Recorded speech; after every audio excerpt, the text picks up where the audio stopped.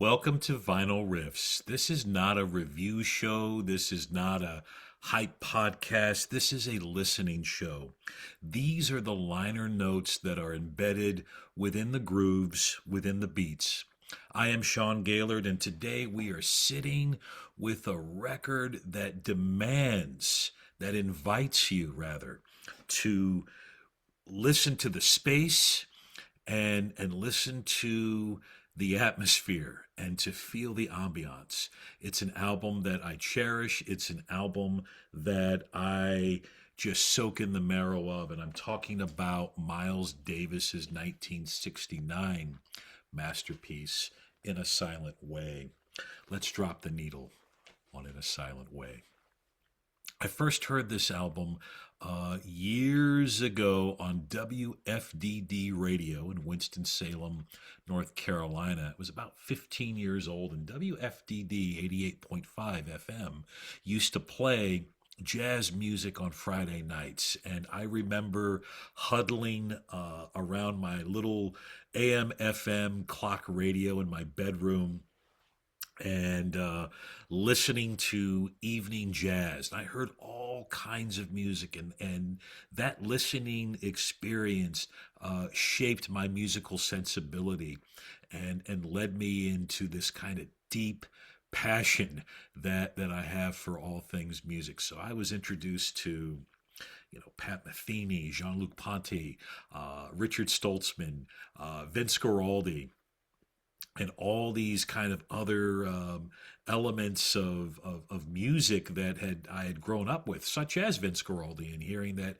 he had done other things besides the soundtrack for the Charlie Brown specials. I first discovered bossa nova on that radio broadcast, in the music of Stan Getz and Joao Gilberto, and their rendition of the Antonio Carlos Jobim classic, The Girl from Ipanema. And I remember hearing, all kinds of folks, Duke Ellington, Count Basie, um, and the list goes on, John Coltrane, of course, and then Miles Davis.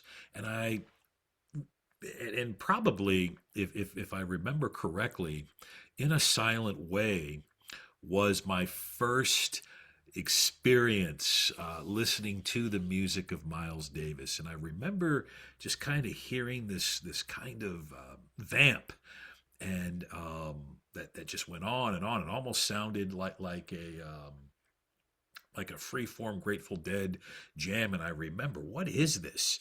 In the most positive of senses. And I would always have like a pen and a notebook, because I always wanted to hear the name of the artist and the album and the songs. I was always taking notes, and I remember, waiting through the set and hearing this track from In a Silent Way, and the DJ, mentioned this is the title track, or what you just heard was the title track from Miles Davis's 1969 album off the Columbia label, In a Silent Way. And I remember writing that down, and I just thought, what a really neat blend of words. It was poetic, and the poetry of those words matched the song that I heard, and I value that greatly. So this album, In a Silent Way, meets me in the quieter seasons of life.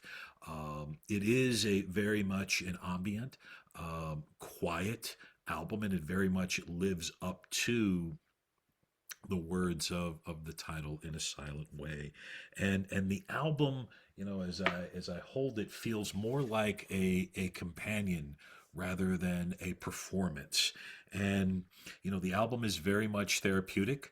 It is the source of great reflection for me. It is the source of deep listening for me. And it also sounds, it's one of those albums, kind of like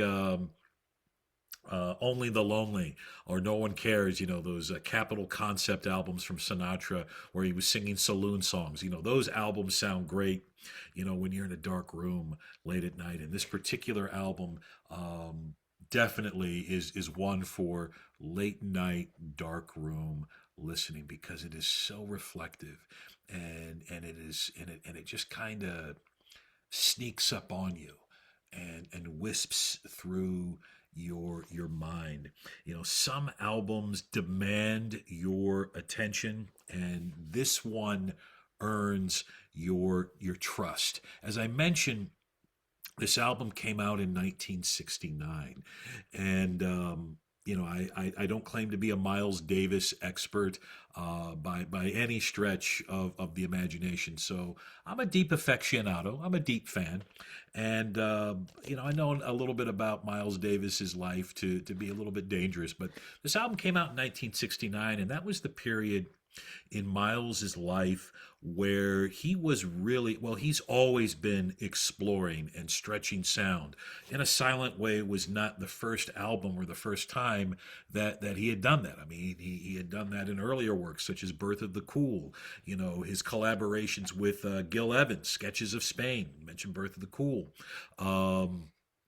Kind of Blue, that pivotal album where he was playing with modal forms, and in this particular album, kind of reflects this crossroads that Miles was at in 1969, where he was listening to a lot of rock music, he was listening to a lot of funk and soul music, Hendrix, Sly and the Family Stone, James Brown, and this album kind of catches him in this kind of period where he is disrupting or really beginning to disrupt jazz, the form of jazz, and he's kind of walking this tightrope between curiosity and risk. So this album is not necessarily an explosive album, but it's that deep breath. It's that deep inhale before, this kind of explosion that Miles Davis goes on in the Bitches Brew era, which much has been written about. So this is kind of this liminal album that that kind of serves as a crossroads for Miles. And I've talked about this before, about how I really appreciate all of the agonies and the ecstasies of being in this liminal space. I'm always fascinated when musicians, like think about the Beatles on Rubber Soul, where they're kind of shedding the mop top image and about to embrace the studio years, the psychedelia era of Revolver and Sgt. Pepper's Lonely Hearts Club Band, or think about the Beach Boys Today album, where side one is hits, and then side two almost Brian Wilson is exploring in a kind of a sweet like atmosphere. Sweet in terms of these kind of collected songs or connected songs, which take on a deeper introspective manner, which echo and foreshadow what's going to be Pet Sounds, right? So that same kind of liminal space that Miles is in. I picked up a copy, which I highly recommend, of Miles Davis's autobiography, and he only spends a couple of pages on In a Silent Way in his autobiography, which I'm holding here. And again, I think that kind of echoes this kind of relentless, restless spirit of Miles. Where he's pushing and poking and peeking and exploring different modes of expression and music. He's constantly moving forward. The other thing to take notice of in terms of this kind of forward motion of Miles is this is the folks at CBS Columbia Records did a little bit of a campaign with a set of Miles Davis records in the late 60s. And if you look closely at the bottom right-hand corner of the album cover, it says Directions in Music by Miles Davis. What a bold, kind of statement. What bold copy. This isn't the first album to have that kind of moniker. The one that comes right before it, Fia de Kilimanjaro, is the first album to have that. But this Directions in Music by Miles Davis, to me, signifies, okay, here we've got a guy that is getting ready, to step off the edge and is going into new and bolder frontiers, directions in music. So this album is kind of like, I imagine Miles, stepping off, um, the mothership before the splashdown. He's stepping into the edge of the world, so to speak, and getting ready to leap into unknown territory. I talked about how this album for me represents the sound of trust, and there's a lot of that in jazz, right? Where you have to lean on each other, where you're doing variations on a theme and you're improvising and you're ad-libbing and you're making the mistakes not sound like mistakes, and you're kind of locking arms in a groove. And the band here definitely epitomizes the sound of trust that I'm talking about. You have, of course, Miles on trumpet, Herbie Hancock, longtime collaborator from the second great quintet. He appears on this album playing electric piano. We'll talk more about the electric instruments here in a second. Chick Corea also plays electric piano, and this is his first appearance with Miles. The great keyboardist, and I can't say enough about Joe Zawinul, who comes to us from the world of Cannonball Adderley, and he in this period plays with Miles, and you're going to hear more about Joe on Weather Report, that great fusion band from the 70s. John McLaughlin, the great British guitarist who appears in very subdued form on this album. Does not sound like the things that he's later going to do with Shakti, his Indian music explorations, and the Mahavishnu Orchestra, another groundbreaking fusion band of the 70s. Dave Holland on bass, the great bassist there, and of course another kind of fellow from the second great quintet, in addition to Herbie Hancock and Wayne Shorter, Tony Williams on drums. And the thing about this band is no one's trying to win, no one's trying to outplay or perform each other, or take over the spotlight on this album. There's very much this kind of this atmosphere of trust and space and exploration, and everyone is listening harder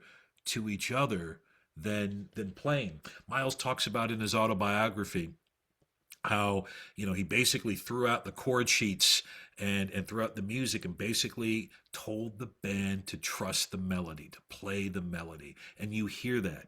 There's a very famous line of Miles Davis, and I believe, I don't know if it was during this particular session, I believe it was, but he said to John McLaughlin, I want you to play the guitar like you're picking it up for the first time. So there's this innocence. And of course, McLaughlin, trusts Miles, trust the sound, trust the direction, and you hear that. So this album very much sounds like a band that believes in each other because they're going into this new direction. This is not necessarily a standard Miles Davis album. This is not your typical jazz album. This is sounds and ambiance and space and electric pianos and electric guitar, and again, you didn't hear a lot of that in mainstream jazz.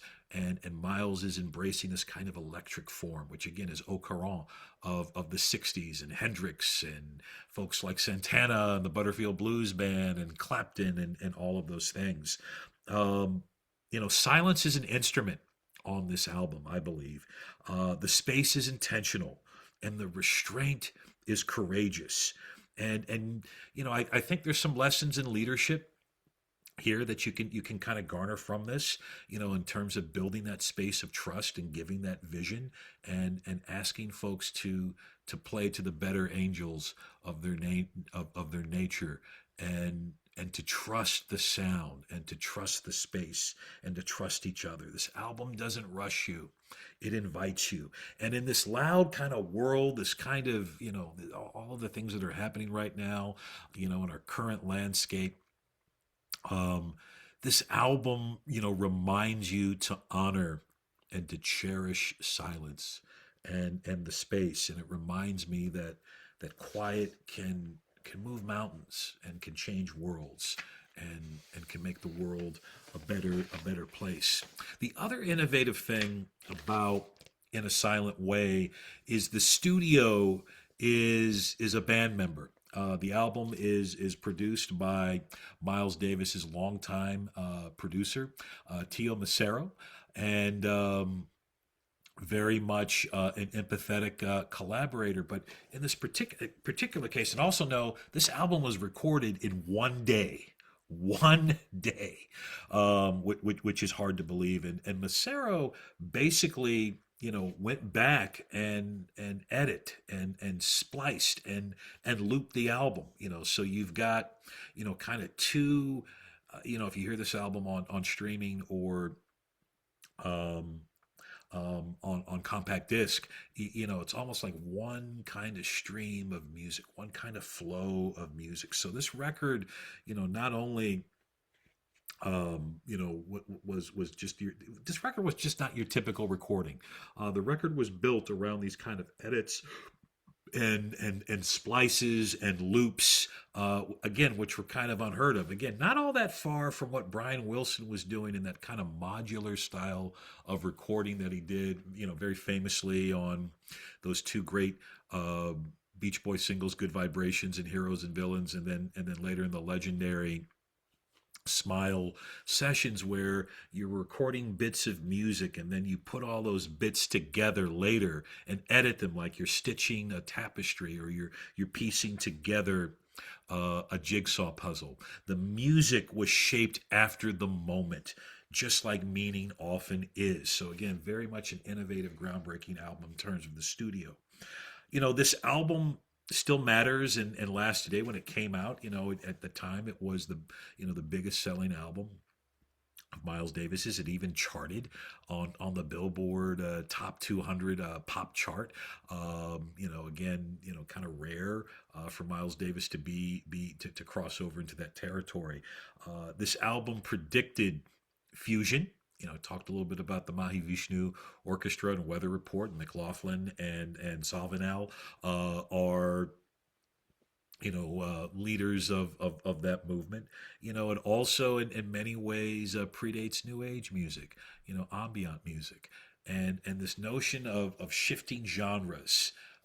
You hear a little bit of rock in here. You hear a little bit of classical impressionism. You hear obviously jazz, but it just kind of creates this, this kind of new genre of music. It's just music. It's just sound, and it values the feeling over flash. It's not a performative album. It's not over the top.